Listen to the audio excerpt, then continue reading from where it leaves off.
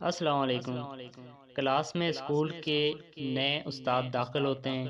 تھوڑا سا تعارف لے دے کر بچوں کا ٹیسٹ لینے کے لیے بچوں سے ایک سوال کرتے ہیں اور اشارہ بچے کی طرف کر دیتے ہیں جو سب سے نالائق بچہ ہوتا ہے۔ استاد کا اشارہ دیکھ کر کلاس کے دوسرے بچے ہنسنے لگتے ہیں کہ استاد جی نے جواب دینے کے لیے اٹھایا بھی تو آخر کس بچے کو، لیکن استاد تو پھر استاد ہی ہوتا ہے۔ استاد کو سمجھ آ گئی کہ یہ کلاس کا نالائق بچہ ہوگا، اسی لیے سب بچے اس پر ہنس رہے ہیں۔ استاد نے بچے کو بیٹھنے کے لیے کہا اور 10 دینے میں مصروف ہو گیا۔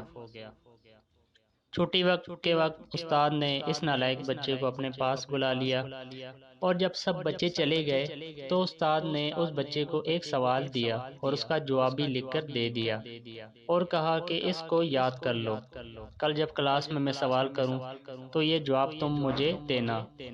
بچے نے وہ سوال اور جواب یاد کر لیا۔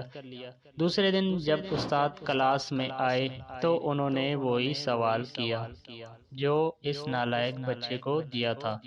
ساری کلاس سے پوچھا سوال مشکل تھا، سب بچے خاموش ہو گئے، لیکن وہی نالائق بچہ جس کو استاد نے سوال یاد کرنے کا کہا تھا، اس نے اپنا ہاتھ بلند کیا کہ میں اس کا جواب دیتا ہوں۔ سب بچے جو کل ہنس رہے تھے حیرانگی سے اس کو دیکھنے لگے۔ استاد نے بچے کو کہا، ہاں بیٹا جواب دو۔ بچے نے فر اس سوال کا جواب سنا دیا۔ استاد نے شاباش دی اور اسے بیٹھنے کو کہا۔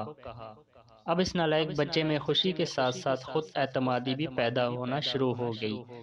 استاد روزانہ اس بچے کے ساتھ یہی عمل کرتے رہے۔ آخر کار وہ دن بھی آیا جب وہ نالائق بچہ سب سے زیادہ لائق بچہ بن چکا تھا۔ دوستو، بچوں کی نفسیات سمجھ کر ان کو ٹریٹ کیا جائے تو ہر بچہ اس معاشرے کا فرد بن سکتا ہے۔ والدین کو بھی چاہیے اور سب سے بڑھ کر اسکول کے استاد کو چاہیے کہ وہ بچوں کے اندر خود اعتمادی پیدا کریں۔